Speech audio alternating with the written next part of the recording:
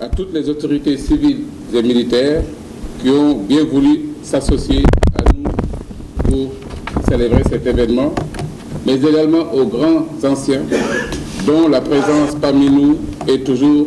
une source d'encouragement et de motivation pour l'ensemble des cadres du Centre de haute études de défense et de sécurité et pour moi-même. Distingués invités, Mesdames, Messieurs,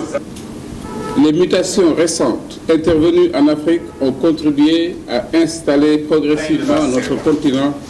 dans la fulgurance et l'instantanéité. La notion de crise interne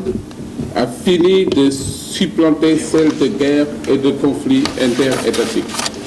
essentiels liés notamment à l'évolution démographique, économique, sanitaire et environnementale, témoigne de la fragilité de la situation générale dans nos pays. Il importe donc que chaque pays, que chaque organisation développe des réponses cohérentes et intégrées à articuler autant que possible dans une stratégie de sécurité globale et inclusive. Une des ambitions du programme de formation en sécurité nationale est de faciliter la prise en compte de cette préoccupation majeure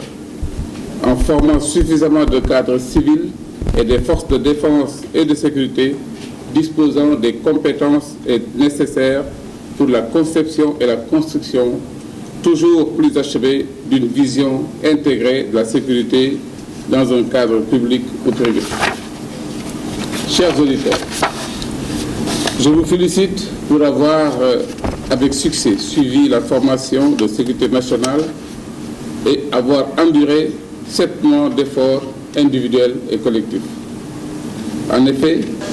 dans la période du 2 janvier au 31 mai 2019, vous avez suivi en alternance plusieurs cours magistraux de haut niveau, des travaux dirigés en comité et procédé à des visites guidées d'organismes, d'infrastructures d'importance vitale, ainsi qu'à des visites aux états-majors des différentes forces de défense et de sécurité. Le voyage d'études que vous avez effectué en République sœur de Côte d'Ivoire à la fin du mois de mai aura également constitué une étape importante dans la formation et vous aura permis d'avoir des témoignages et surtout un retour d'expérience d'autorités et d'agents ayant participé à la gestion d'une crise majeure. La soutenance par chacun de vous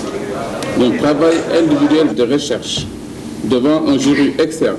durant le mois de juillet actuel a mis un terme aux activités de formation de la session 2019.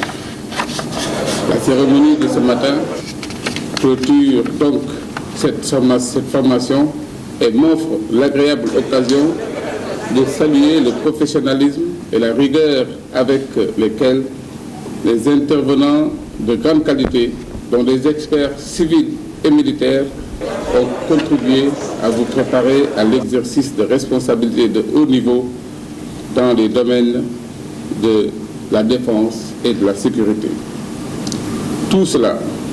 vous permettra de mieux appréhender les enjeux de la sécurité nationale de notre pays, mais également des autres pays du continent.